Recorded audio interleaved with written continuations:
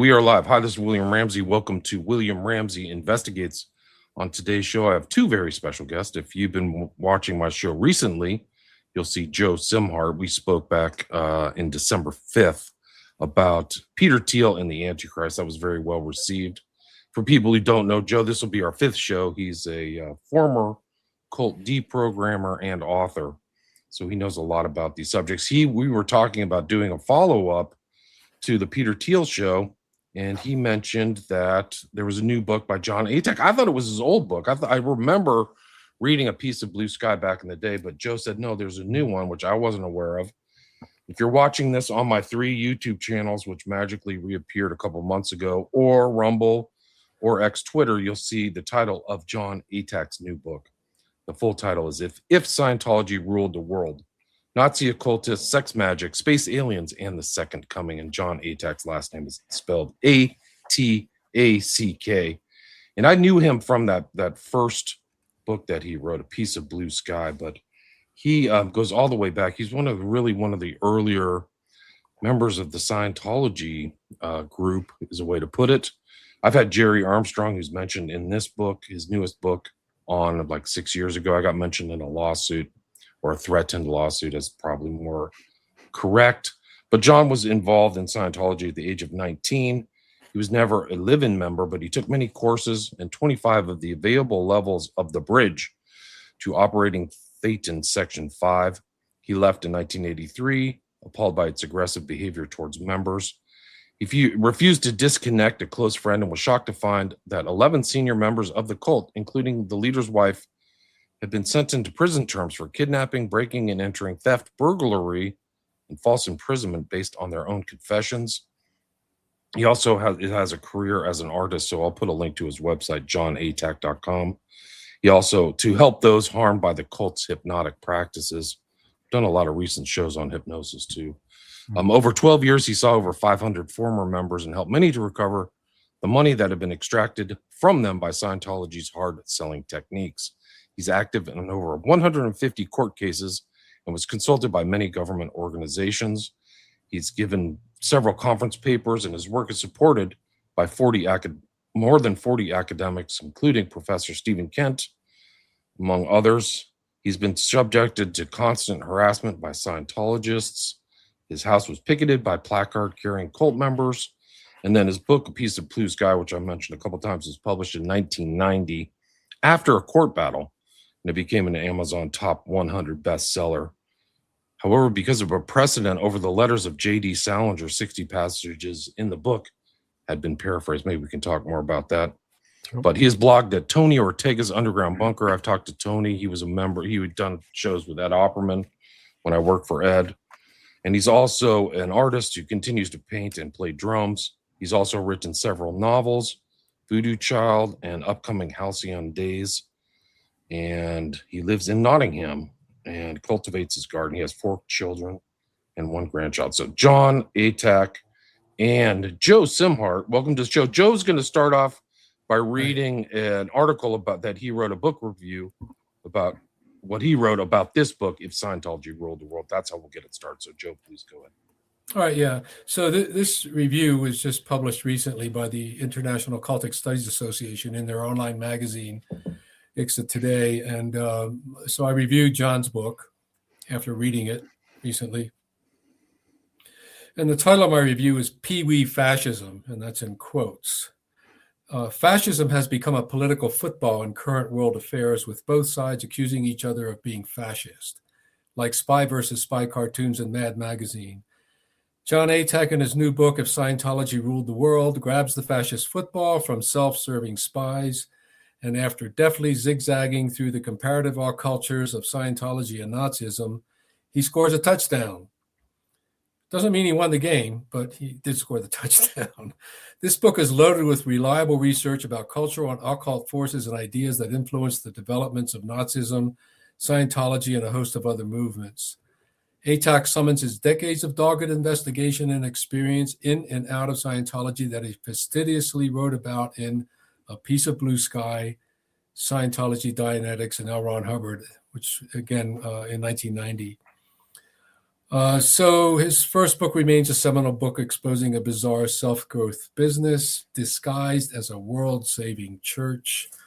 I think this second book gets into the meat of why this topic is so important, that if a group like Scientology, which has totalistic ideas, ever had an army, you'd have another Nazi Germany of some kind, I think. And that's the basis of what I see going on with John's newest study. So we'll go ahead, John. When did you start writing this book? How long ago was this in your... It comes from a proposal that I actually wrote 4 years ago, which was a book about the way that absurd beliefs turn into atrocious behaviors. And the one subject I hadn't covered in that book was Scientology.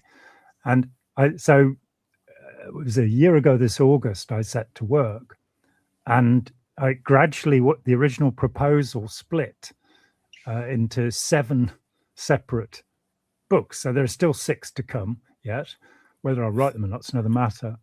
And it's just to I was very interested, for example, in the way that the Book of Revelation has influenced so many groups, including Ron Hubbard, Charles Manson, and of course the Nazis with their idea of the millennium.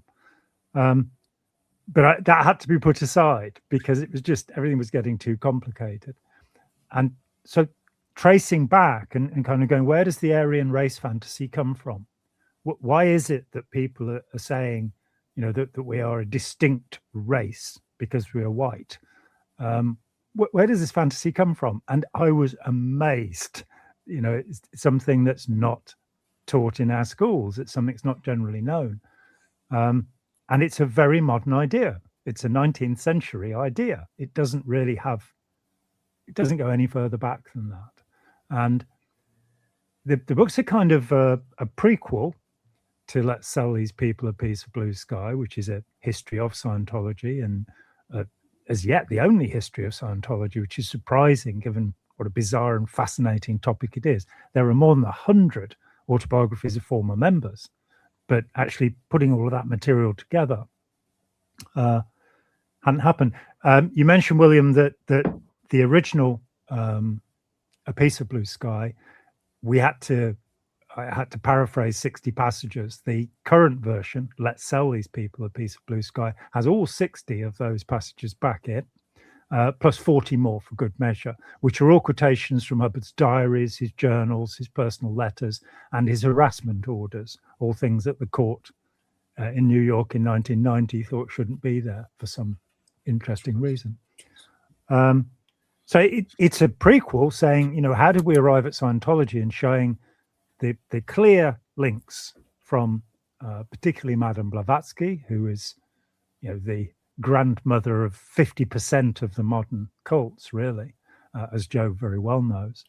And it goes through the chain of evidence that goes directly to the foundation of the Nazi Party in 1919 by a group of people, including Rudolf Hess and Hans Frank, who would go on to become, significant in the disaster that the Nazis created. And this was an occult group. Most people, Nicholas Goodrick Clark's work on this has been very good, but there's been all sorts of nonsense, like The Morning of the Magicians and The Spear of Destiny, these silly books that are based upon people's fantasies. I wanted to get down into the facts rather than the imaginings of these people. It's also the sequel to Piece of Blue Sky, saying, well, if they did actually have any power in the world, what sort of world would they create? And I think we all have this very strong presentiment about fascism as it's rising under the name of populism in our world at the moment. I'm currently working on a piece defining fascism and saying, well, what was it? And why do people want to go back to a kind of brutalist Roman Empire where, a third of the people in the empire were slaves, and it was a hideous life? And that's where neo-traditionalism, the Alexander Dugin's work in Russia, the Pan-Slavic movement, the Pan-German movement, and the current crop of white supremacists in the US who don't seem to have understood that their heritage has to be purely German, Scandinavian, and British for them to be included as Aryans. You know, there are people who are of Polish origin who believe that they would have been accepted. The reality is that Himmler ordered, who was an occultist, Himmler ordered the murder of 30 million Slavs when the SS were set loose under Barbarossa. And they got very close to that target. Probably 27 million people were killed during Barbarossa. So you've got this man. If you go up to, if you meet any neo-Nazis and you say to them, well, what is the Aryan race? They'll tell you it's white people. And it's not. It's people, it's Teutonic people, not Mediterraneanoids, one of the words they used, and not Slavs. It also, I don't think, has really properly been said that in the 12 years and a massive amount of research after funding the military, the most costly project in the Third Reich was proving the antiquity of the Aryan race. They spent 12 years, they did skull measurements and blood typing and calf measurements of hundreds of thousands of people to prove that there was such a thing as the Aryan race. And when it came to it, they disproved their own hypothesis. They could not tell between the different types and categories that they put forward. Yeah, John, did you think that they were actually aiming to describe another species of human, or a subspecies that was superior? Because that seems to be where they were trying to go, when in fact genetics tells us that's impossible. But yeah, what do you think? Yeah, absolutely. That's what Himmler, he sets up the Ahnenerbe, which is the largest ministry with 50 departments. And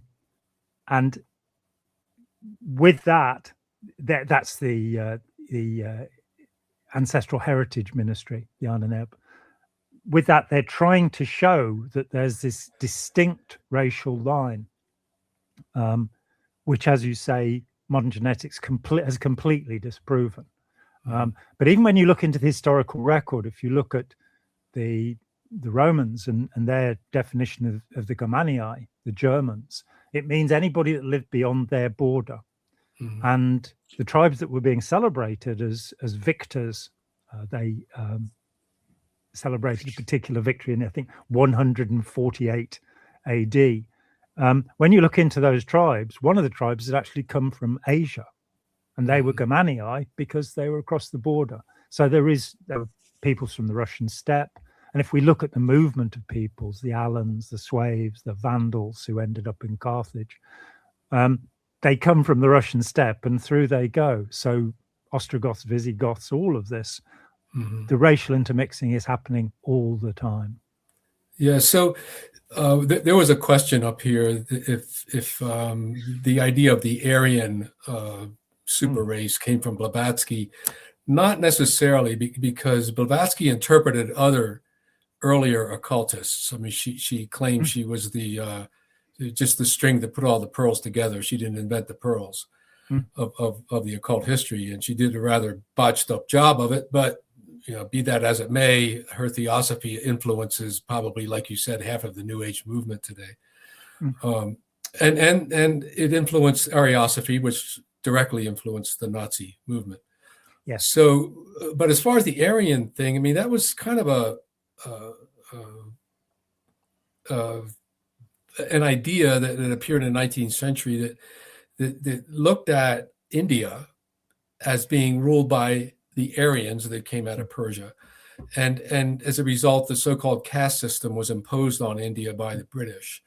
And where India really runs on something called the Jati system or the clan system. But in any case, the idea had to do with color. The lightest people were the Aryans, and then there were subcolors down to the darkest, which are the untouchables.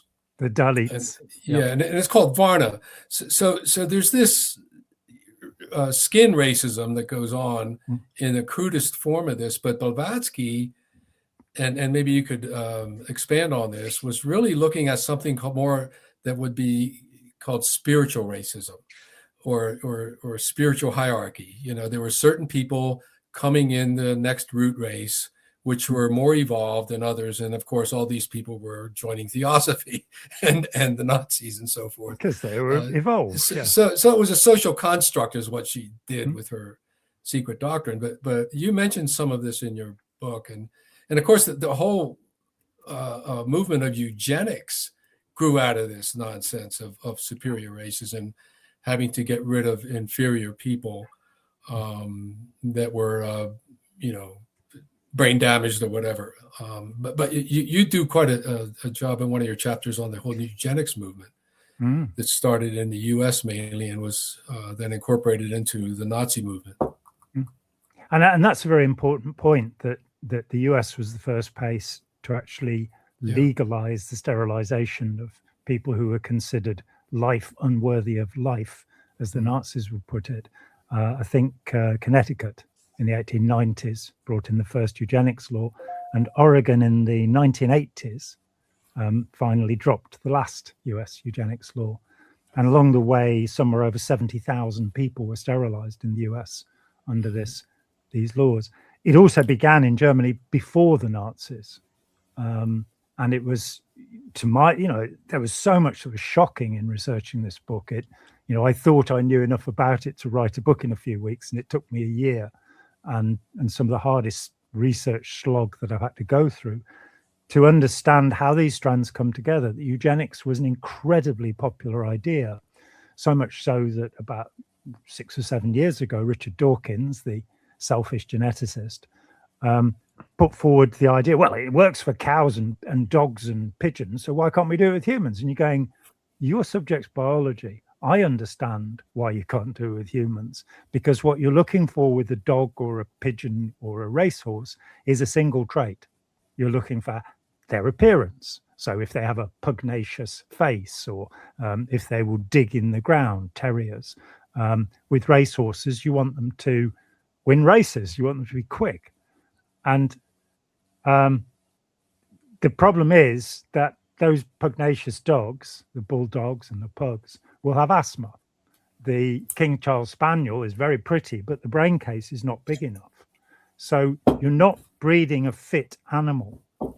And by continuing to breed a species, you'll weaken it because of what's called hybrid vigor by biologists. So Dawkins did actually withdraw his silly comment. But so many famous people, D.H. Lawrence, Winston Churchill, Arthur Balfour, the British Prime Minister, were all massive supporters of this. Kellogg, the guy who gave us cornflakes, poured money into eugenics with the idea that if you sterilized those people that you didn't like the look of, or that who were getting in the way in some way, then you'd be able to make this change. Now, again, the Nazis proved this wrong. They either killed or sterilized 250,000 schizophrenics. And statistics show that in Mannheim, Germany, they have a much higher rate of schizophrenia than in 10 countries that were tested against it. So even, if we put aside the horrors of this and accept that we're looking at Nazi science, it doesn't work.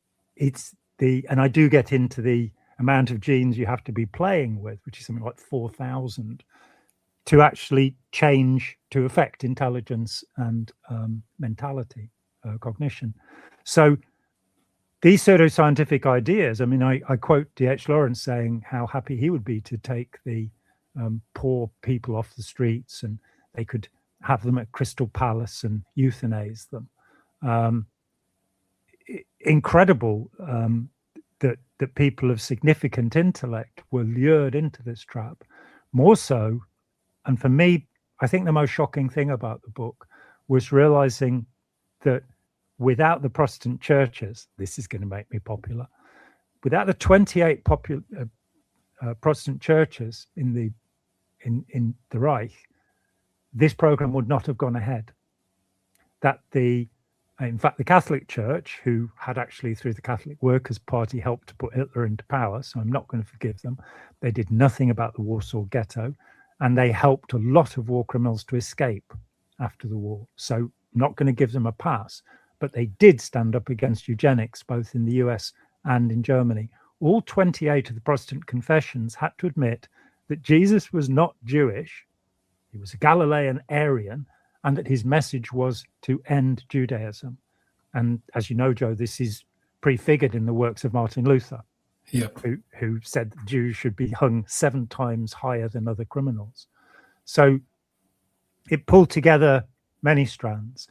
Blavatsky picked up an idea that it starts in the late 18th century. A Welsh guy worked out, I think it was numbers in 3 different European languages. And he said, oh, they sound the same. I wonder if there's a common origin. And he started looking for what would be called Indo-European. In Germany, it was called Indo-German, or Aryan. And this is, it's a Sanskrit word for Iranian. It comes from the same place as Iranian, as you say, and it means the nobility, the aristocracy. This is then perverted by a French count, Arthur de Gobineau, who we read was fearful that he had a black slave in his own ancestry. And the same was true for his wife. And this gave him this sort of complex. He grabbed the word Aryan and said it means noble people like me, not peasants like the rest of you. And his idea was that it was Vikings, particularly the Normans, who invaded and come to England under William the Conqueror, William the Bastard, as he was known at the time, and had gone to Sicily under Roger and Robert. And that they had blue blood. They were a distinct and separate race. Gobineau's most famous disciple was Richard Wagner, who actually traveled with Gobineau, though we find that he never sacked his Jewish concertmaster, despite his anti-Semitism. He was the best concertmaster he could get, and he would actually have dinner with this guy, and very strange. Gobineau's ideas are then picked up by a state senator, state congressman. He served as a representative and as a senator, called Ignatius Loyola Donnelly, which I think tells us what his religious background was, probably. And he was actually quite a good guy. He was for votes for women. He objected when funds were taken from the Freedmen's Bureau 10 years after the Civil War. He thought that freedmen, former slaves, should be given something in return for what had been done to them. He also joined in on the debate about who wrote Shakespeare, and put forward some very strange ideas about that. He believed it was Francis Bacon. It wasn't. And he wrote about the Viking gods being some kind of reality. But he wrote a book called, I think it's called Atlantis, the Lost Continent. Yes. And I'm actually reading a novel of his called Caesar's Column, which is a futuristic dystopian novel. And in this book, he puts forward the idea that the Atlantis was real, that the stories told by Plato, which are about somewhere that it existed, I think meant to have existed 7,000 years before Plato. There's no other mention other than, I think Herodotus mentions it once. There are 2 of Plato's dialogues where he tells us about a story told to him by an Egyptian priest who says, you Athenians, 7,000 years ago, fought a war with the people of Atlantis. And there we get the invention of Atlantis. And it lies dormant until the 19th century. Yeah, but one thing, even in reading Plato, you get the idea that he, in the dialogue, he heard it from someone who heard it from someone who heard it from someone. So it's like whisper down the trail, and that's how he puts it. So I mean, that should immediately alert the reader that this isn't real history. Yeah, this is storytelling. Like my dad told me that he has this story from Sumeria that's been passed down from mouth to mouth for the last 7,000 years. It's really unlikely. There is a great documentary, which I reference in the book, where this Greek guy does this wonderful job of saying, well, maybe it was this.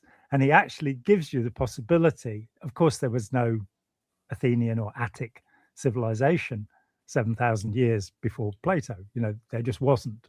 But there may well have been a West African civilization that was fighting war at that time. Yeah. And there are some really interesting marks to it. What it says, however, is that the Aryans, these people, because Donnelly calls them Aryans, were actually black, which kind of goes against where Hitler was trying to take us.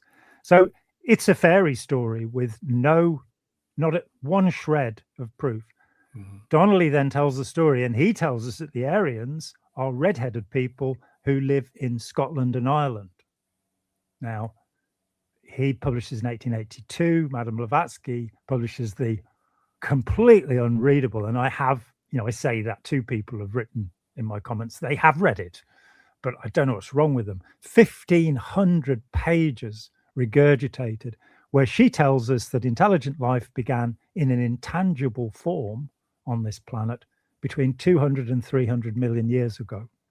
And that as these beings, the first root race, became more sinful, they solidified. And by the fifth root race, and at the end of the fifth root race, we get the Aryans. Now, she is anti-Semitic, but she's not talking about killing Jews. She posits that there was a yellow Adam and a red Adam, and that we come from these different Adams. She puts forward the idea that there was a 1,000,000-year-long aerial war fought within these civilizations, which is an unbelievable thought. A war for 1,000,000 years. They didn't have any aeroplanes because, of course, when she was writing in 1888, the Wright brothers hadn't done their flight. So it was all dirigibles. It was all balloons fighting each other. But there's nothing left of 1,000,000 years of war. If you walk the battlefields at Bull Run or Gettysburg or here at Naseby, for civil wars that took 4 years, you will find lead. You will find, if you go to the Somme, you can't fight. But we also find evidence of dinosaurs from 50, 60 million years ago. So there should be some evidence if there was a war that long. But just to bring this back to the topic on how this relates to Scientology, because you do a comparative occult read between Himmler and Hubbard. And so Hubbard, in his approach, claims that he went into the primordial wisdom at a risk of his own life and channeled, so to speak, OT3 and other mysteries that come out of the etheric universe that him and Crowley were experimenting with at one time. And so I want you to kind of bring this back into the book's central thesis, which is that comparison between Hitler and Himmler and maybe a little bit of Crowley and how his sex magic was able to influence what we understand as Scientology. Yeah, well, it started for me with a secret bulletin that Hubbard wrote that stated the 5th of May 1980. Of course, he died in 1986.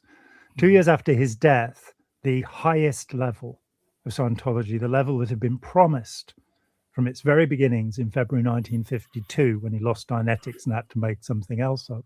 He promised that you would be able to leave your body, go travel anywhere in the universe at will, and create effects of a magical nature. So, if you felt like blowing a planet up, you'd be able to do that.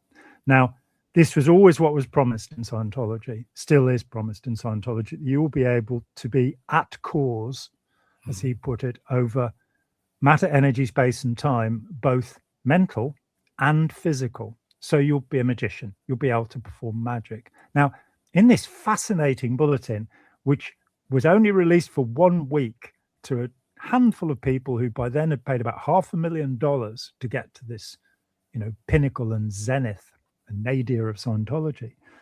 This first bulletin basically says, okay, I'm with Lucifer, which is another word, of course, for Satan, and the Antichrist, and the whole purpose of Scientology, and this is not said anywhere else to Scientologists, we were not told this, the whole purpose of Scientology is to stop the second coming of Christ. And then it says, I had an inkling of this material in 1945. And you kind of go, that's when he met Jack Parsons, their Crowley acolyte, with whom in 1946, they tried to incarnate the Antichrist, which they call Babylon, to bring about Armageddon and the war, where he was hoping they could stop the return of Christ. They could stop, and Satan would rule. And you kind of go, maybe South Park is the right place to be actually discussing these philosophical ideas. You have a good point. Yeah. So there was so much that was just amazing in writing this book. I've been around Scientology 50 years, and it's 42 years since I left, and I've gone deeply into the biography of Ron Hubbard, very deeply. My book was used by Russell Miller to write his wonderful biography of Hubbard, good book, Barefaced Messiah, which is also the best title a book's ever had. And I was his only paid researcher through the 18 months of doing that from the beginning, and I was his expert witness in court. So I'm deeply familiar with the biography of Hubbard, with his Magick. I've written a lot about it. I've spoken a lot about it. So it was amazing to find, hang on a minute, there's a man in common between the development of Scientology and the Aryan race theory as it got to the Nazis. And this is a close friend of Blavatsky's called Dr. Franz Hartmann. And there's a Hartmann Society. It started up quite recently. And I wrote to them along the way and I said, look, I've been through 4 of Hartmann's books and he seems like a relatively decent human being. How come it is that he was a member of the List Society, which is where the Nazis got the Aryan race theory from? And how come he was a founder of the Ordo Templi Orientis, the sex magic group that Aleister Crowley would later come to head, and which is the basis of Scientology? All Hubbard did was he rebranded, there we are. He rebranded Thelema, this idea of the will in Crowley, and called it intention.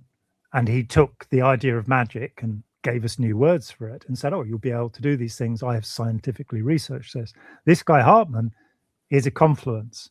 And as I say, I wrote to the Hartmann Society and the answer I got was, we're not the right people. You need to talk to somebody else. And you've got the wrong email address. And I said, this is the email address of the Hartmann Society. And they referred me to somebody else and he didn't reply. And I would have been interested to find out. Hartmann was a fascinating character. Whether he was actually a medical doctor or not, we're not sure. But he did perform eye surgery on people for 12 years in Colorado before becoming, a head of one of the Theosophical Societies for Madame Blavatsky. Crowley's ideas, the Beast 666, a fairly direct connection. Somebody tried to argue with me that Crowley wasn't really an anti-Christian. You're going, he called himself the Beast 666, if you looked at what that means, on whom Babylon will ride when she comes to oppose Jehovah.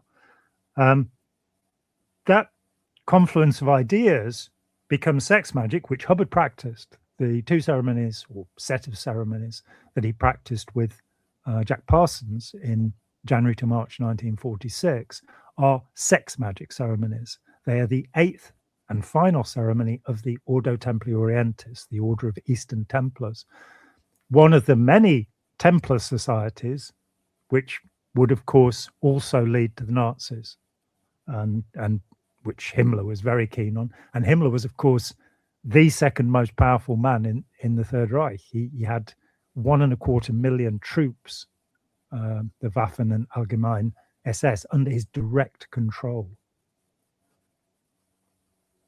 John, were you ever able to prove that Himmler was a member of the OTO, or any other high-level ranking Nazis were members of the OTO? Because I know they banned it. There was the Action Hess or whatever at one point where they banned all the secret societies. Yeah, and in fact, before the Hess action, which is 1941, Hitler in 1935 had banned all occult societies, including the Anthroposophists. No, Himmler, as far as I can tell, did not belong to any occult society. However, he ran an occult society. At Wewelsburg Schloss, he would bring SS officers and they would study yoga, they would study meditation, they would study his interpretations of Wotanism, which is still with us. Of course, in the neo-Nazi movement, you have Odinists or Wotanists who believe that they are following an ancient Viking religion, which of course they aren't, because one of the defects of the Viking religion was that they didn't leave any record of it. So it's only around about 1000, year 1000, that we have the Edda from Iceland, the prose and the poetic Edda, which are reflections upon what used to be, as far as they can tell, beliefs of Viking, Danish societies. So, but Hans Frank, who was the Governor General of Poland, where all of the death camps were, Rudolf Hess, the deputy leader of the party, they were members. They were on the edge of the Toolgesellschaft, the Tool Society, which was an occult society, and a part of a front group for another order called the Germanen Orden, which was, and the groups through which the List Society was informed by Theosophy. So you have this very clear line, and it happens in a pretty short period of time. The Nazi Party, the National Socialist Deutsches Arbeiter Party, was formed within the Tool Society by people who were communicants of that society. Now, this has maybe been pushed a little too far. There is the idea, Eric Kurlander is probably the current academic expert, because Goodrich Clark is sadly no longer with us. And Goodrich Clark...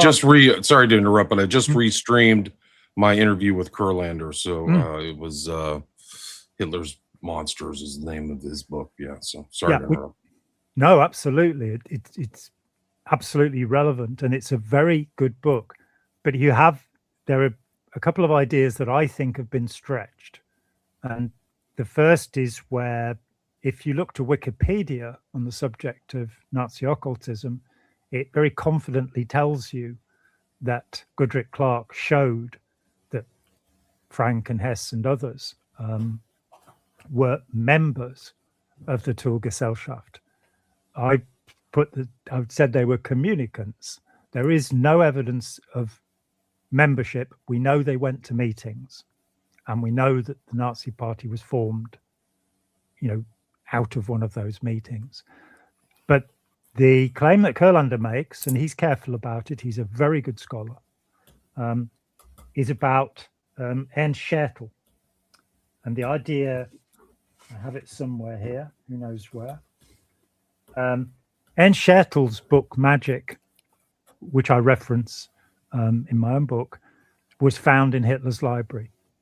And there are 60 marked passages in it. It's an extraordinarily interesting book. I don't have any interest whatsoever in the occult. I had to struggle my way through Aleister Crowley's awful books to see how they related to Scientology. So, it's not one of my interests. It's never been one of my pastimes to dress up in black robes and make candles out of babies or anything like that. I just didn't fancy it. Never done it. But there's this idea that because this book was in Hitler's library and because it's annotated, therefore Hitler was involved with the occult. And one of the things I'm at pains to point out is that there is no evidence. It's a signed copy. Schertl himself signed it, and it's an incredible book because it talks about how the imagination can be manipulated so that people think things are real.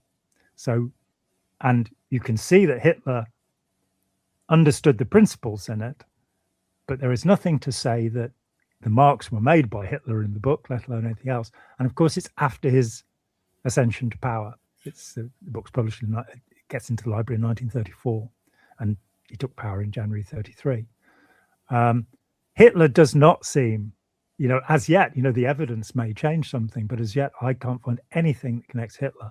Himmler, Heydrich, and a whole set of other Nazis are deeply committed to Wotanism, to this idea of overthrowing, and Hitler did talk about overthrowing the Christian church, but I think realized that he wasn't powerful enough to do that. And so instead they created a Reichsbishop who was over the 28 confessions, one of which was the confessing church, the Nazi church. But the other 27 were the Protestant churches of Germany. And they were sort of brought to heel so that they acted in accord with Hitler's wishes. John, there's something interesting in reading your book and another book I read on Russian cosmists. Cosmism is a big movement since the 19th century. Seems to be a correlation going on in these occult fascist endeavors between occult science and rocket science. Parsons was a rocket scientist, and he had some chops in terms of the technology behind that. The early cosmists, following Fedorov in Russia, were some of the earliest promoters of rocket science, like Vernadsky. So this idea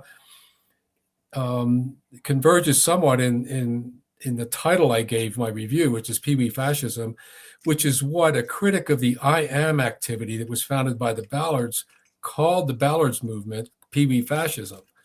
And so I see Scientology as another version, a small version of fascist movement without an army. So that's what sets groups like that apart from, say, it does have a Nazi navy, Germany. Of course. Well, yeah, it did have a navy. Yeah, you're right. Yeah. And its own intelligence service, right? Its own intelligence. I think yeah. you're right about that, John. Yeah. Hundreds and it had navy uniforms too, which is still does, more important, I guess.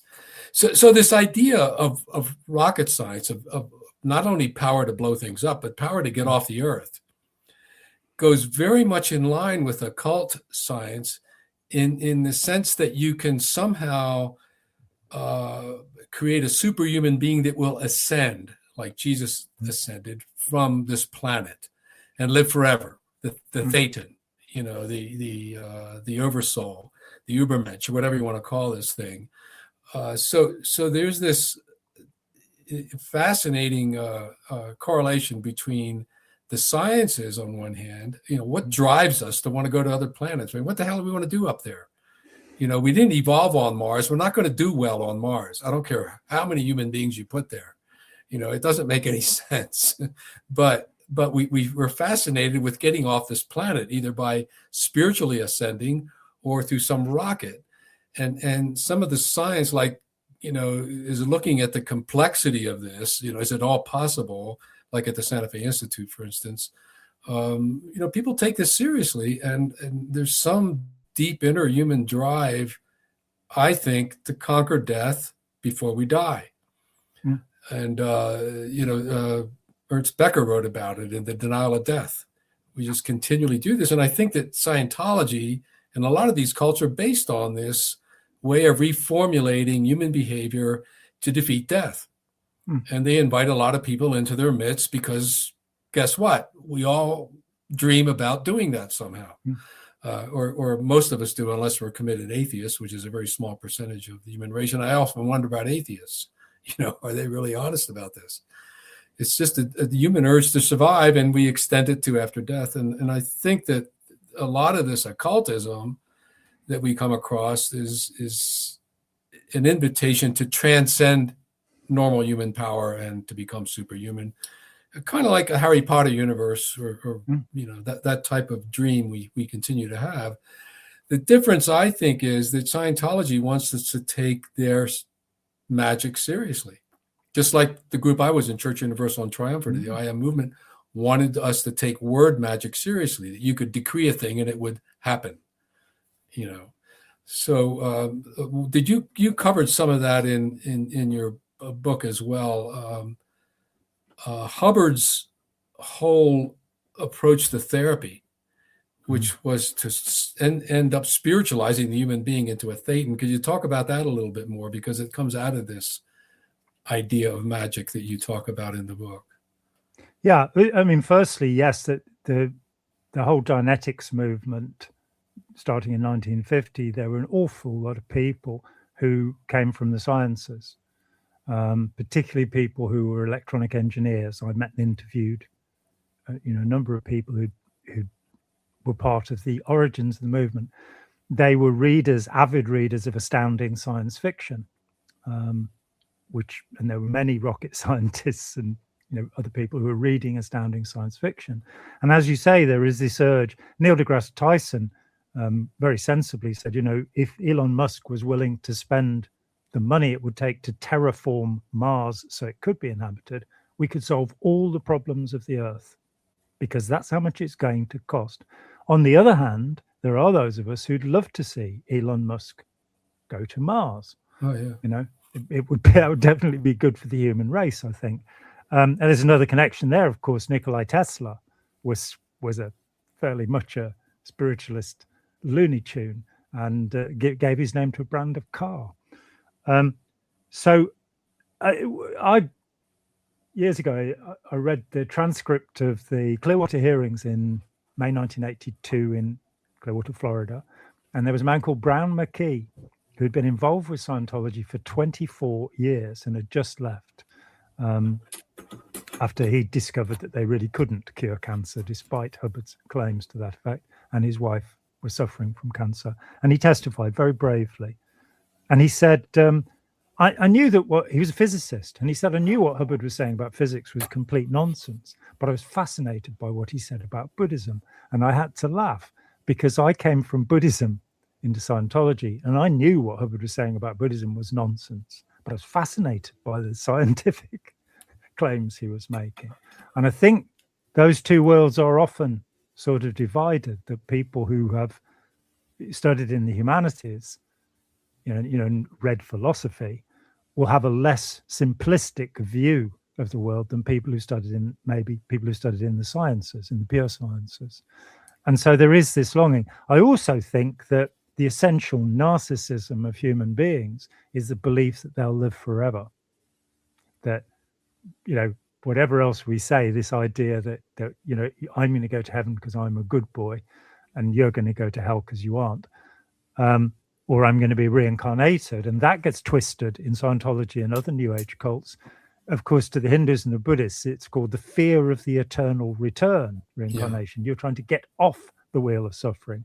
Whereas Scientologists are like, I'll do it in my next lifetime, which may be why the suicide rate in Scientology is about 10 times what it is in the normal population. Because they say, I've screwed it up. I'll just kill myself and come back another time. Don't think it works that way. The fear of death, the unwillingness to accept the reality of the eternal now, the reality of, living to the fullest now, with the idea that you somehow, add some points to the ledger so you'll have a better rebirth or what have you. Yeah. Okay. One more thing I want to get in about your book, because I know all these topics can meander into hours of conversation, as we hopefully will. Yes, maybe longer in other groups following up on this. But you and I have been talking about it for 4 decades. I know, it's just doesn't stop, does it? I thought it would stop for me when I left the cult, but it's gotten worse, and that's since 1980. So part of your title mentions space aliens. So I want you to clarify that. And what I'm getting into is Captain Bill and the Markabians. Tell us about that a little bit, because this is a spinoff from Scientology itself, the core of it, which a lot of people don't really understand. And I think it's fascinating. Yeah, I mean, there may well be more people involved with the independent Scientology movements than the mother cult now. And Captain Bill created what he called the free zone, which is the accepted term among independents for what they do. Now, Bill was an incredible character. He was a civil engineer. He was 6'4" and rode a Harley Davidson. I came to know him very well. And he got ship's papers. So he was the captain of Hubbard's cattle ferry, the Apollo, and absolutely glued to L. Ron Hubbard. He loved L. Ron Hubbard. I mean, he really loved L. Ron Hubbard. And in 1982, having been promoted, Hubbard called himself the Commodore. As of course did Vanderbilt, Cornelius Vanderbilt, but I don't think there's any point in mentioning that, so I won't. Hubbard called himself the Commodore. His wife, Mary Sue, who went to prison for a year for running the intelligence agency, was the Deputy Commodore, and Captain Bill was the second Deputy Commodore. So he was the highest ranking member of the Sea Organization. He was inducted into the Commodore's Messenger Organization. Only he and one other adult were ever allowed to join this group, a man called Norman Starkey. And then he was thrown out in 1982. And he freaked out. I mean, I say I got to know him quite well through 1984. And he said he went to his friend, Mike Baker Rogers' house in Spain and said, "Have you got a small room I could be in?" And Mike said, "Yeah." And he said, "It's not small enough. Have you got a wardrobe?" And Bill sat shivering in a wardrobe for some days before he could finally, because the shock of this was his whole life serving Ron Hubbard, and he'd been thrown out. So he decided that Hubbard must be dead and on the mothership, and he started to receive telepathic messages, as of course you do. And he wrote them down and published them and called them Sector Operations Bulletins, or SOBs, slightly unfortunate initialism. And these were messages from L. Ron Elray, the former identity of the underlying identity of L. Ron Hubbard, about what was happening in the universe. And this is the craziest, some of the craziest stuff I have ever seen. At the time, in fact, Hubbard was not on the mothership. He was in Creston, just outside San Luis Obispo, on his ranch there. So maybe the messages were bouncing off a star or something, and that's why Bill got confused. But these things were all signed Astar Parmegian. When Bill had written them down, they were written in something almost indistinguishable from Hubbard's handwriting. I did check, and the capital A's were the only difference. So Bill had completely absorbed Hubbard and acted this thing out. He set up this whole independent network of Scientology, and I'd read all the sector operations bulletins, and as I was leaving Scientology, I was appointed the chairman of the Operating Thetan Committee UK by Captain Bill, with no idea who he was or what that was. And I was at the centre of the independent movement. Yes, he might be a blue chicken. Yeah, it's a good point. I was at the centre of the independent movement in the UK for a few months in 1983, and then went, this guy's a liar and this is nonsense. Having been a devoted believer for 9 years, it's just like, he's a liar. He keeps contradicting himself. And then, digging into his past, he didn't do any of the things he claims. Bill once told me that he'd been in the room twice when Hubbard had done something that would put anybody off Scientology. And I spent 8 months trying to, because he came to live in East Grinstead where I was living with a friend of mine. I spent 8 months trying to tease out of him what these two things were, and he never told me. The sad story is that at the age of 58, Bill died. He had a tumor in his throat, and he refused to have a tracheotomy. So he strangled to death because he was sure that he could use his spiritual powers as devised, while working closely with Ron Hubbard. He was sure he could use his powers to overcome this thing. So it led to his death. Very premature death. One of the things, I print the whole of one of the sector operations bulletins, and I was like, oh, can I really, thrust this upon my readers, the whole of the thing? But it's so bizarre that it shows you the internal workings of a mind that's completely infested with these ideas. And there's a point where he talks about this OT3 incident, which the South Park episode about Tom Cruise has. This is what Scientologists really believe, and that is the Operating Thetan 3, the Wall of Fire episode. And he says, basically, he relates it to the Chicxulub incident, the asteroid that hit in the what is now called the Gulf of America some time ago. And it's dated through iridium layers, which are completely datable through radioactive dating. And it dates to 66 million years ago. It's the last great extinction, got the dinosaurs. And Bill explains in this sector operations bulletin that they've got it wrong, dating the iridium layer, because Ron Hubbard dated it at 75 million years ago using his e-meter. And that thought that it's a Wheatstone bridge, it's nothing elaborate. It tells you how you feel. It doesn't tell you whether you have the truth or not. It tells you how you feel. It's a part of the police polygraph, long since discredited. The whole idea of lie detection, long since discredited. There's a wonderful book called Tremors in the Blood, which gives a very good history of polygraphs and says that even the people who invented them didn't believe they worked. Right. But nonetheless, it was important for me because it showed that the method of verification used by Madame Blavatsky, Aleister Crowley, Carl Gustav Jung, or L. Ron Hubbard is, does that seem right to me? And if it seems right to you, it's the truth.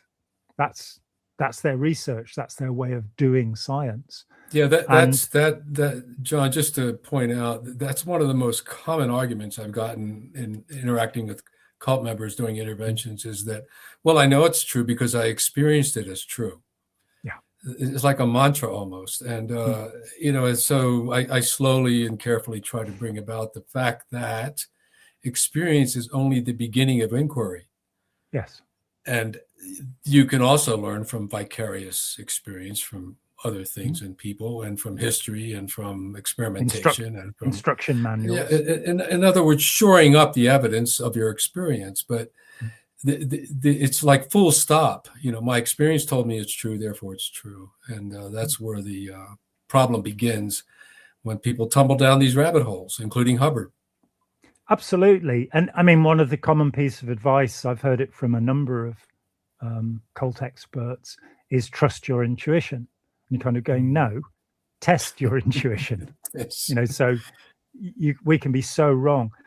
Hubbard even admitted that there's a book called Dianetics, the Evolution of a Science, which is a reworking of an article from, I think, 1949.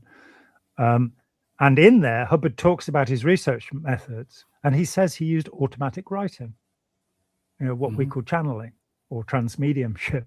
And you're kind of going, as a scientific method of inquiry, I'm not really too sure that's one of the better ones. It's interesting. Blavatsky used the same technique when she wrote The Secret Doctrine. She just, according to, her witnesses that were around her at the time, she would just stay up all night, and these pages would fly off of her desk and grammatically impure and corrupted, but she also had a somewhat photographic memory where she had about 100 books that she would quote from, not necessarily always looking things up. Colonel Olcott wrote about this in old diary leaves. He was with her the whole time when she was doing this, writing this stuff. But she more or less channeled, this information. And so it came from her masters, 5 of them, mainly helping her along. 4 of which were totally imaginary, one of which, the Comte de Saint-Germain, was quite a charlatan during his day. But so, all of that aside, this form of immediate experience coming into the mind from the intuition, from other worlds, from the Akashic records, which is supposed to be this eternal library that Blavatsky made up from a Sanskrit word meaning sky, and she translated into Akasha as the font of information of somehow. But in any case, that what you bring up, I think, is very true about almost all of these cult leaders, is they want people to believe that they're in touch with some kind of gnosis, that they grok things immediately and purely, Yeah. and that you should listen to them because they claim that they do. So that's basically what Hubbard did, I think. Yeah, absolutely. I mean, William James, who's certainly one of the founders of modern psychology, as well as the founder of both the British and American Societies for Psychical Research. There's a great book called Ghost Hunters by Deborah Blum about that, which is really, she's amazing, really something. The Poisoner's Handbook by her is also very good. But James put forward the idea of noesis, which is the feelings of knowing. That a lot of what we believe is because we feel it's right. And being able to test it, if you poke people and ask them for evidence, friend John Hunter wrote an excellent book called Manufacturing Mania. Now, he experienced bipolar disorder. He had a manic episode in, I think, 2003, and thought he was Jesus, and was absolutely high for months and months, and then crashed.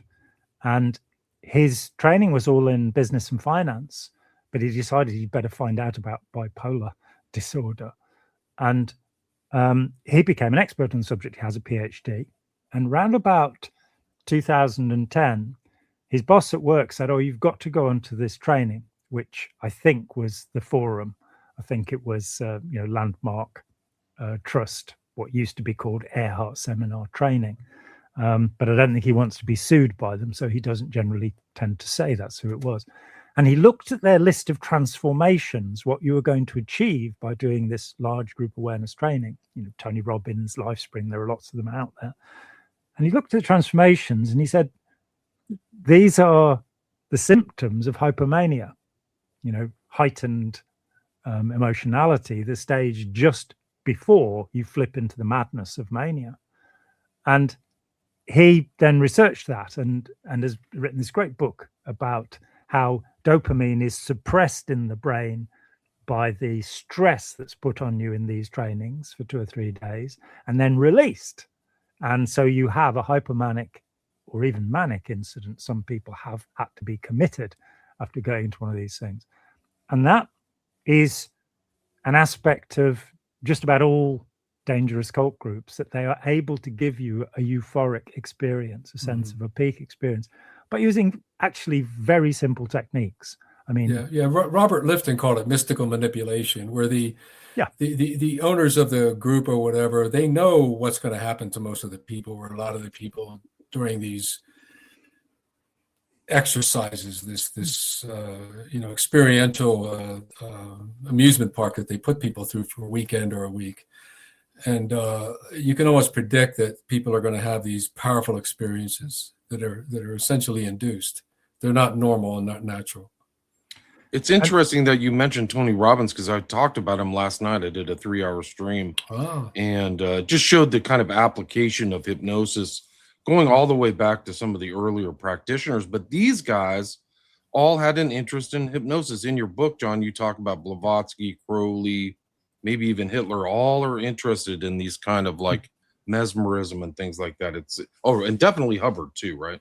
Yeah, I mean, I wrote a paper called Never Believe a Hypnotist, which is a quotation from Ron Hubbard, who admitted he was a hypnotist. And in the paper, I show that he explained what Scientology was going to be, and that the techniques that are used in Scientology is even one that's very direct. In his first text, Dianetics, the Modern Science of Mental Health, which they still sell, still promote, and got back into the bestseller lists in the 1990s. He says that as the person is going into reverie, which is a hypnotist term for light trance, as they're going into reverie, you will see their eyelids flickering. And a year later, in a book called Science of Survival, Hubbard cancelled this method because it's hypnotic, very clearly. Then in 1977, they reintroduced it, and they've used it ever since. So there is no doubt they're using these methods. I think part of our problem is that there are lots of very simple physiological ways to make people feel high. Mindfulness, which is certainly a cult, and John Kabat-Zinn and Daniel Goleman should be ashamed of himself for supporting this. Now, what they call mindfulness is the technique Zazen. I learned Zazen in a Zen monastery when I was 18 years old, before getting involved with Scientology. And I was a practitioner for a year. So I recognize the technique they're using and where it comes from. The problem is that if you look at where that technique's been applied, so all of the schools of Zen Buddhism, the Soto, Yobaku, and the Rinzai schools have all apologized for training the Japanese Imperial Army. And where John Kabat-Zinn and Daniel Goleman tell you all you have to do is stare at things and you'll become compassionate. You'll get blissed out, you'll become compassionate, your anxiety will go away, you'll become compassionate. Well, no, the Japanese army, probably the least compassionate people the world has ever seen. 40% of prisoners of war died in Japanese custody. The Nanjing massacre, they killed perhaps 400,000 civilians. And the Zen master, who the general looked up to, wrote to him and congratulated him on bringing true Zen to China. So this idea that this technique, what actually happens when you stare at things is called the Ganzfeld effect. You will start to hallucinate because there's not enough information coming into your mind to process. So the sensitivity goes up. And you'll then have the normal euphoric hypnotic state. There are lots of ways of doing this. Anything repetitious, mimicry, copying somebody, pacing. You can repeat affirmations, for instance. Yeah. Is a form of auto-suggestion, Yeah. which I want to bring up here again. We mentioned theosophy as being sort of the godmother of a lot of the nonsense going on in fringe groups and yes, and fringe thinking, but also New Thought is what I discovered in my own research when I emerged from the cult of and Christian the I Am Science and the Church Universal. Yeah, and New Thought is based in mesmerism, again, so is hypnosis. And so the idea of auto-suggestion is suggesting that you can put on the mind of Christ as Christian Science does. And if you could put on the mind of Christ through self-suggestion, you will cure yourself of weakness, of illness, of even death. This is something that's taught in Mary Baker Eddy's books. And a lot of the New Thought movement groups, including the one Trump's family belonged to under Norman Vincent Peale. Norman Vincent Peale, yeah. Has infected the way millions of Americans behave. In fact, I think it's Alan Bloom. He called it the American religion, the idea of New Thought, that we all have this idea of positive thinking, that we can speak things into existence. We can manifest things, as the New Age Wiccans like to say. We can decree a thing and it shall become what we decree it to be.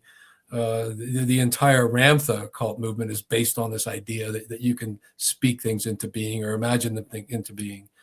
The Secret, the law of attraction. The Secret is based on that. The Course in Miracles is all Course in pure Miracles new thought. is self-hypnosis. It's pure new Hypnosis, thought. right. It's pure new thought. So we're kind of infected by this metaphysical virus.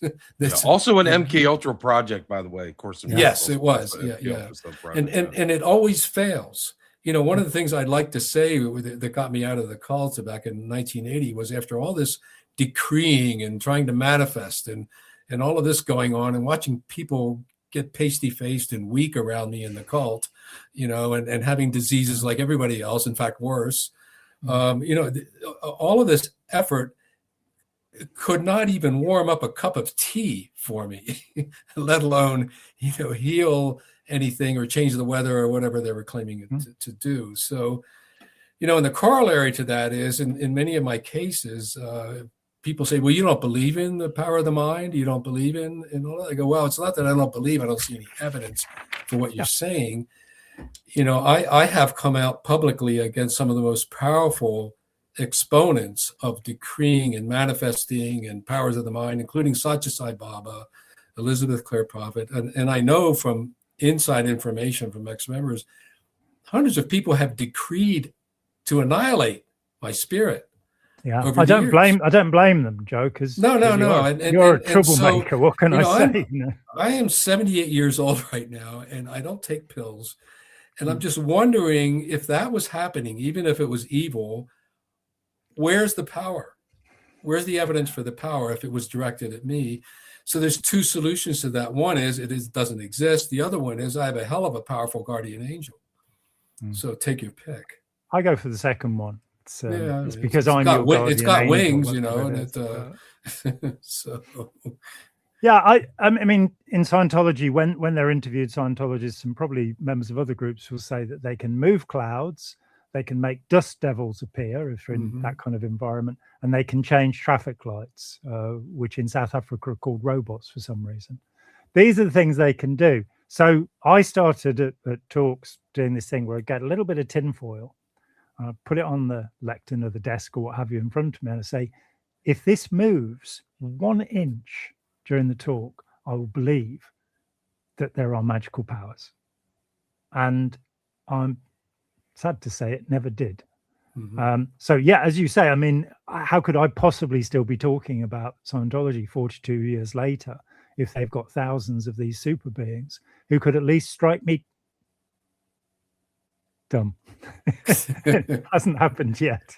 Yeah, and at this point, if I drop dead tomorrow, it's too late. They had their shot. Yeah, you know, they had their shot for 40 years. Stop projecting those horrid thoughts at us. Yeah, I tell you, I'm 70 years old. I'm happier now than I've ever been since I was about 4 years old. And my health is ridiculously good. Whereas in Scientology, one of the investigations that I did alongside some independent Scientologists who were interested in this back in the late 80s, mid 80s, we were surprised at how many Scientologists had died of cancer. And as I mentioned Brown McKee before, and he said that when he took his wife who had cancer to the Florida headquarters of Scientology, they said, oh, we can't do anything about that. Go to the Hoxie clinic or, you know, one of these Mexican clinics. And he said, we went into the waiting room at this clinic and it was full of Scientology operating Thetans, people who'd done all of Scientology. And for, you know, the independents who asked me to do this believed that it was because they were doing Scientology wrong that this was happening to them. I came to the conclusion they weren't seeking treatment quickly enough. It was that simple. Right. They'd say, no, I'll be able to, you know, cure it by, you know, my auditing, by getting rid of my body Thetans, which we haven't talked about body Thetans. The idea that really what's wrong with everybody is that they're inhabited by thousands of little beings which are acting against them. Right, and you have to do auditing to get them out. So you're almost like, it's like Scientology saying you're demon possessed or something. Is that too much of a stretch? No, it's exactly and directly that. Dibbooks, Gadons, there are names in every culture for this idea. And for me, it's the most powerful, stupid idea we have is that there's an internal enemy. There's something, the unconscious mind, or, you know, sure, we have unconscious processes, but there's not a little guy sitting there going, I'm going to trip you up. It's just not happening. And whether we call them demons, body Thetans, the unconscious mind, the reactive mind, what have you, it's something that people, I think that once you start believing something, you start doing it to yourself. So nobody had a reactive mind before L. Ron Hubbard came along. And then he taught us how to have a reactive mind, how to think that there was this secret agent. Suggestion to the people. Pure and simple. Yeah. Guys, we are at the hour 15-minute mark. Do you have time for a few questions? Sure. Hubbard is an ascended master now. He said he was source, almost like you said, barefaced Messiah. Didn't he like go to the level beyond next when he left our mortal coil or something like that? Well, it shuffled off. There are various ideas about this. One was that you have 21 years and you have to come back if you're a member of this organization. He was the head of it, so he should have been back in 2007. So he's absent without leave. The second is that he was going to go off to somewhere else in the galaxy and screw that up, which, you know, who knows. And the third is that he was actually, his ashes were distributed in the Pacific Ocean. And that one I have confirmed. So he's a descended master, not an ascended master. He's a descended. I like that. That's Jonathan Sebastian. Cheeseburger Nikki says, is the end game of this cycle the implementation of the Luciferian agenda? True? Question mark. You guys want to address that? You have a go at that, Joe. Tell us if that's the truth. Well, it's true if you believe it. As most of human nature is, there's this, we have we live through our useful delusions. In other words, Plato called it the noble lie, and he noticed it, and so have many other thinkers and people notice it, that we need some kind of a social construct in order to maintain our clannishness, our families, our honesty toward one another. We need rules and judgments, but these are all constructs. They're plausibility constructs, as sociology calls them, and they're useful and maybe necessary. I personally don't know if there's some ideal world where God is influencing prophets and saints or whatever to guide us. All I know is that we believe there are, and sometimes our beliefs are useful and help organize society and keep us thriving in this planet. As far as final answers, I mean, if you look at not the Bhagavad Gita, but the Upanishads, there is no final answer. We just don't know, and you find that in Buddhism, you find that in mystical Christianity, the idea of the cloud of unknowing. We just go into a place where what we call the human brain just can't conceive of that. And apparently the wall is death. No one's come back, as far as we know. And with a lot of stories that people have. There's a lot of stories that people have. And the whole concept of reincarnation is this idea that people can come back. But the Greeks very wisely said that you go through the river of forgetfulness when you reincarnate. You don't remember anything. So all this stories about past lives is real bullshit, even according to ancient Greeks. So, sorry, Joe. Yeah. No, but all I'm pointing out here is if you use a little humility, you can say to yourself, there's a limit to what we can know about all this. And some of our projections are useful. And we try to maintain them as churches and clans and cults and businesses and philosophies or whatever. And, the great human debate goes on, but the idea of survival and helping and finding one another is an idea which hasn't really gone away. It's still there and it's still useful. We shouldn't be cynical about that, but there is, we like to believe that we can name the end game. And what's interesting about the end game, about Revelation, is that every generation comes up with an end game time slot. Like the late great Planet Earth was one of the, by Hal Lindsey from I think the 60s he wrote it, I forget, but it was supposed to end in 1988. And it did. Yeah, it did. The book's prophecy ended. But the money's still coming in, though, Joe. The money's still coming in. Yeah. But the point I'm making is that people in every generation, or 2 or 3 times a generation, glom on to these things. Like the Great Harmonic Convergence of 1988 was a big hippie New Age event when the great change of the cycles was supposed to happen, and of course nothing much happened. I've still got the same cycle that I bought then, still riding it. The Mayan end of the Mayan calendar. The Mayan calendar was another one. And so I was writing about the Book of Revelation, and that threw me into the Jewish apocalyptic, the Book of Enoch, the Book of the Secrets of Enoch. There are so many of these things, and it made me think about a friend of mine, Commander Mike Gordon, who was an amazing character, and we should do a show about him. But one day he too had the Upanishad idea. We're all part of one living entity, and where that's going, but he called it the Great Living Universe Experiment. And he said, why are we still following all these Bronze Age religions? Now, this came back to me. I'm rereading Robert Graves and Raphael Patai, The Myth of the Book of Genesis, where they take all sorts of commentaries from the early centuries about the Book of Genesis and the variants of the Book of Genesis, and they pull these things together. And there's this beautiful passage where God is pulling down the firmament over the earth, and he decides he will leave the northerly end, which is Toul, by the way, as in Toul Gesellschaft. He decides that he will leave the northern end unpinned, so that if there is a God as great as him, it can demonstrate its greatness by pinning this down. And it made me think about the scale of the world at the time that Genesis was written, somewhere between 900 and 450 BC. And that was the scale of the world, that you could pin the firmament, the heavens, down on the corners of the earth. Now, the Hubble telescope, when it went out, recognized 10,000 galaxies. Now, these galaxies would average 100,000 million suns or stars. Now, the James Webb telescope, and I haven't updated this for a couple of months, but earlier this year had got to 780,000 galaxies. So if we start thinking about a God that created this, that is so far beyond my pay grade. That is, to understand if there is any purpose or any meaning in the universe, I have to look to myself and the people around me.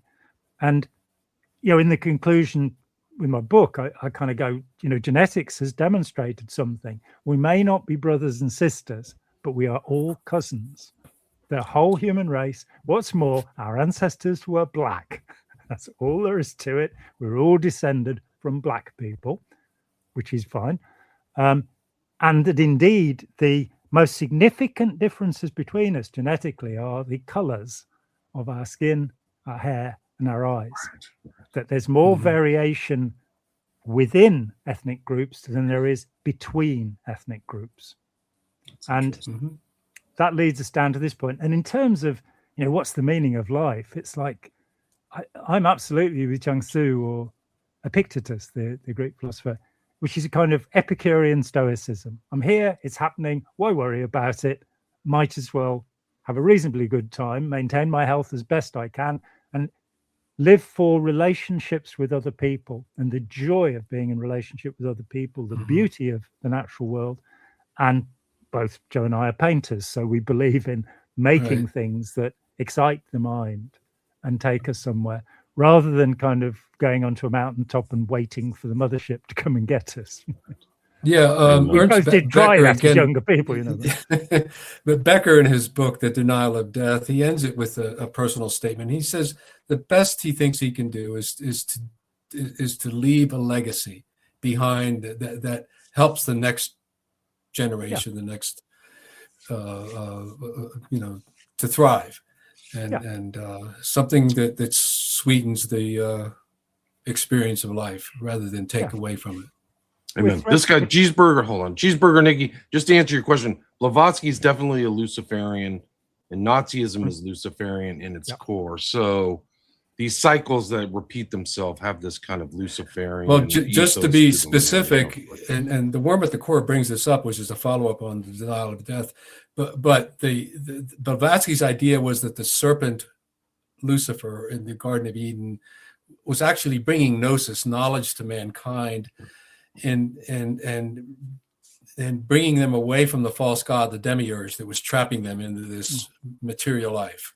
Right. So that was the early Gnostic heresy, if you want to call it that, the choice, the way they saw Jesus's teachings. And there were hundreds of variations of whoever this guy Jesus was in interpreting his teachings. And we ended up with St. Athanasius kind of cobbling it together with the four Gospels as our Bible, you know, today. But that took several centuries to in about 375 AD. Yeah.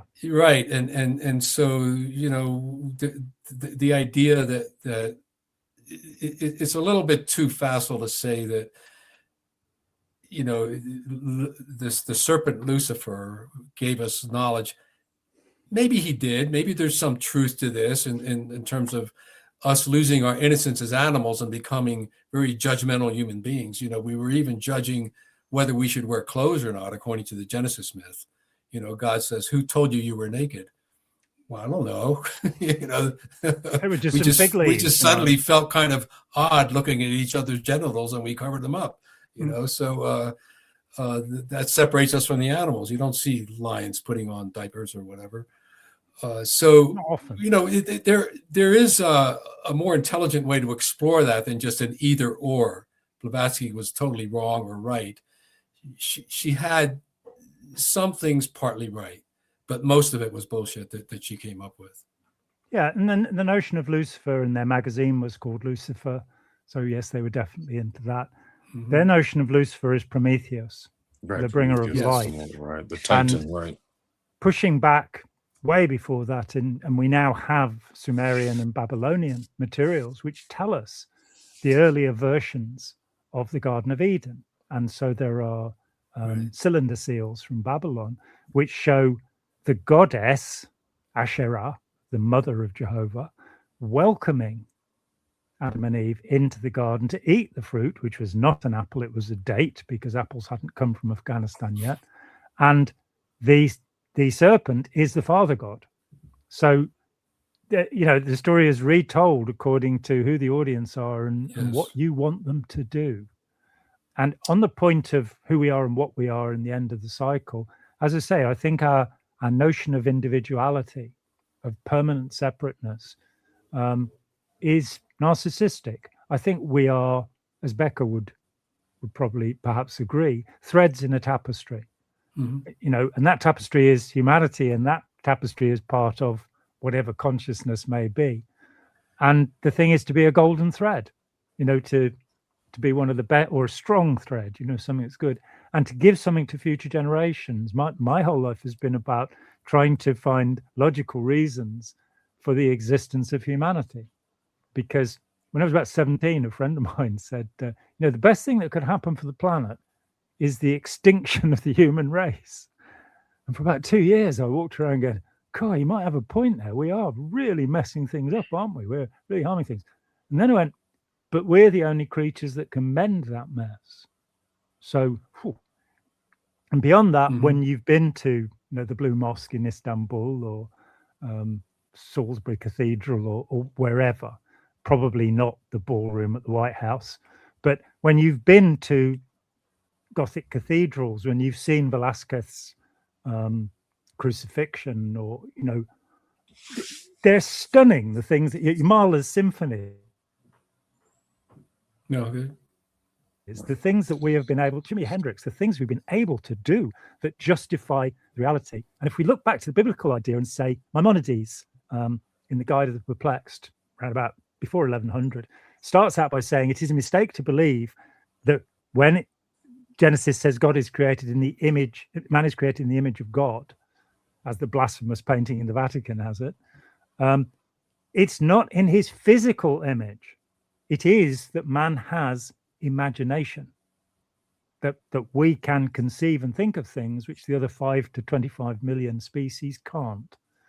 The fact that we spend our time, playing video games and, eating ice cream and McDonald's is not necessarily, the best use of that imagination. But when you look at what has been achieved and what can be achieved, what a wonderful thing to have life, to not have been born a rock, to actually be able to have these conjectures and these thoughts. Thank you. Yeah, somebody asked there about how many independent Scientologists. Yeah, let's go back to that. We've got about 4 or 5 more questions, guys. So let's try to roll through them. In 1993, a friend and I listed 200 groups that had splintered from Scientology by that time. There must be 200 more. And some of them are like Darfried John or Ekankar or Est, that you can't even necessarily see at first that they are direct rip-offs of Scientology. So it's kind of intermingled into the culture now, along with Norman Vincent Peale. The fact that we've got a devotee of Norman Vincent Peale and positive thinking in the White House is just terrifying. Gotcha. And there's a lot of front groups. Scientology used to have a ton of front groups. I don't know if they still do, but yeah, almost like the CIA. Citizens Commission on Human Rights, for example, which I know a good friend of mine who I've worked with for some years. She, at 11 years old, complained about the abuse she was suffering from her Scientologist stepfather. And the police she was persuaded to withdraw her police report by the Citizens Commission on Human Rights. So, yeah, and they had Narconon and Criminon, all sorts of things. And they influenced other groups. There was like a big legal battle. I think it was a Cult Information Network or something like that, where they... Cult Awareness Network. Cult Awareness, thank you. They Cult brought Awareness. 54 suits. I was on the periphery of those suits. 53 of them failed. And then, what's his name? The deprogrammer who... Rick Ross. He lost a case where he kidnapped somebody. And in losing that case, the Cult Awareness Network became the property of Scientology that ran it for some years after that. And you'd ring up and they'd tell you about cults. Yeah, the Scientology lawyers, they deposed me to question me before that last lawsuit against. I spent about 8 hours answering their questions, and was that Kendrick Moxon? It was Moxon, yeah. Yeah. I had some amusing times with him. Here's another question. Wally Tang says, "Where would you put Scientology in the realm of cybernetics?" Either of you two want to answer that? Well, Hubbard borrowed the netics to add to Diana, the name of his goddess, to make Dianetics, but I don't think there is a relationship directly. Okay, gotcha. Huggy Bear asks, any relation to movement desensitization and reprocessing, EMDR? I don't know. You guys not that's a derivative of Ericksonian hypnotism. Shapiro studied. In fact, Steve Hassan was there at the same time she was. And you can pretty much use any straightforward hypnotic method to get somebody to briefly get past the panic and stress they feel. But EMDR, I'm still with Margaret Singer on that it's not a solution. It's a way of calming things down so that you can then possibly do something good. Yes, I've looked into it too. EMDR. I mean, you could get someone to squeeze a soft ball for 10 minutes to get the same effect if you're a therapist. I mean, this is just overvaluing a technique. Is all EMDR is, in my view. And it's also a friend of mine trained in it, who is a highly qualified therapist with a long practice behind her, and she was shocked. And firstly, that you have to renew your license for $500 every year. And secondly, that at the end of the course, they were all told, go and ask one of your clients if you can video a session for your records. And then at the end of the session, ask if you can share it. And so that's just ethically improper. No two ways. Yeah. Jonathan Sebastian asks, Gnosticism seems to be the philosophical, theological glue to all of these cults. Thoughts? Do you guys have any thoughts on that? Yeah, the question, I think, is too simplistic. Yeah. Gnosticism is just an umbrella term for a way of thinking. In other words, direct knowing of the truth. We use Gnosticism, every single one of us, to get through life all day long. You know, we just do, and so, but the Gnostics turned these ideas of how we intuit and how we grasp reality, how we map reality, into a kind of idealistic, totalistic religion, and that's when Gnosticism goes bad. Is when it goes towards totalism and imposes that idea onto human experience. So it's a complicated answer to a simple question, but I think the question is too simple. Yeah, and modern sociologists use the term neo-Gnosticism to mean any system that has a series of steps or initiations, such as Scientology. But there probably were almost 200 different Gnostic groups in the record. The followers of Valentinus, the Valentinians are relatively well known, the Manichees. Yeah, the word Neoplatonist also falls in line here, because a lot of Gnosticism derives from Plato and applying it to the teachings of Jesus. Yes. Interesting. Alexa asks, any thoughts on deep brain reorienting? Do you guys have any thoughts on that? I don't think I do, actually. My deep brain has been reoriented, and I don't. No, and all yes, right. and yes, I did mention Jimi Hendrix. Absolutely, I did. You wrote a book on Jimi Hendrix, right? I wrote a book where Jimi Hendrix is a character called Voodoo Child's Slight Return. I brought him back in about the year 2000, and it was great. That was his band in the UK, right? Slight Return, if I remember correctly. No, it's the name of the track on Electric Ladyland that he has Voodoo Child, which is the long 15-minute jam with Steve Winwood, which is wonderful. But he then has the amazing. That's Voodoo Child's Slight Return. And that came about because in 1993, I met Margaret Singer, professor at Berkeley, who Joe knew quite well, I think. And I'd been 10 years out of occult, and I said, I've never asked anybody to therap me, which is what she called therapy. Would you see me? And 6 months later, when I was back at Berkeley, I went and I spent 3 hours with her. And neither of us had prepared anything. And I was delighted to find out that her approach was the same as mine. You ask somebody what they think is the problem, let them ramble about it. When they start repeating themselves, you say, what do you think you could do about it? And then there'll be like 5 things they could do about it. Yeah. One of them will land them in prison. 3 of them are crazy and the other might work. And you say, we'll do that. But when I sat down and started talking, and I have no idea, I hadn't thought about it at all. I sat down. I said, when I was 15, I went to the Isle of Wight and I saw Jimi Hendrix perform. And 18 days later, he was dead. Oh, wow. And it really upset me. And so a few years, 6 years later, I wrote a novel where it meant I could have 2 years to study Jimi Hendrix's life in great detail. And I was really pleased. There was a guy, he runs something called the Jimi Hendrix Management Institute, which collects a library of everything ever said about Hendrix. And he wrote to me, he said, can I have 2 copies of your book for free? So I said, okay, as long as you publish a review. And he published a review. And he basically said, this is a dreadful book. It's all about mysticism and nonsense. But he did not correct a single fact, nor did he correct the projection of how I thought Hendrix would probably think. And I'm very happy to say that I've discovered that Hendrix was actually a very clever man. I thought he just was the great musical genius of the decade, but he was also a very smart, thoughtful man.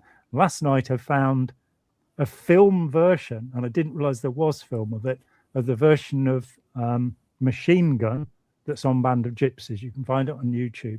Somebody's put silly psychedelic effects on it, but to watch him playing that unbelievable solo, quite remarkable. Yeah, remarkable guy. Part of the 27 Club. Guys, this is John Atack's website here. It's johnatack.co.uk. You can check him out there. Go subscribe to his YouTube channel. It's John Atack Family and Friends. And then Joe Szimhart's YouTube channel is Joe Szimhart 9431. I'll put links to all 3 of those sites in the show notes. Is there anything you guys like to add or anything I missed before we end the stream? Just thank you so much. It's been great fun. Yeah, appreciate it. Thank you for allowing us to talk about John's book. I think it's very important. I agree. I'm glad that we made this happen. Again, the guests are Joe Szimhart.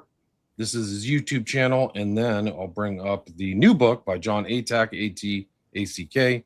If Scientology Ruled the World, Nazi Occultists, Sex Magic, Space Aliens, and the Second Coming. Thank you both for your time. Really appreciate it. And it's available as an ebook, as a print book, as an audio book, as a T-shirt, as a mug, and as a small furry animal. Good. You can get it in Amazon or any other purveyor of probably just Amazon or whatever, moment, merch, I guess, merch. Yeah. Or you can go to John Atack and his website and ask him where to get all that stuff. So go to his website and follow up with these guys if you have any questions. But both of you, thanks so much for your time. Really appreciate it. Thank you, William. All right, Steve. Thanks, William.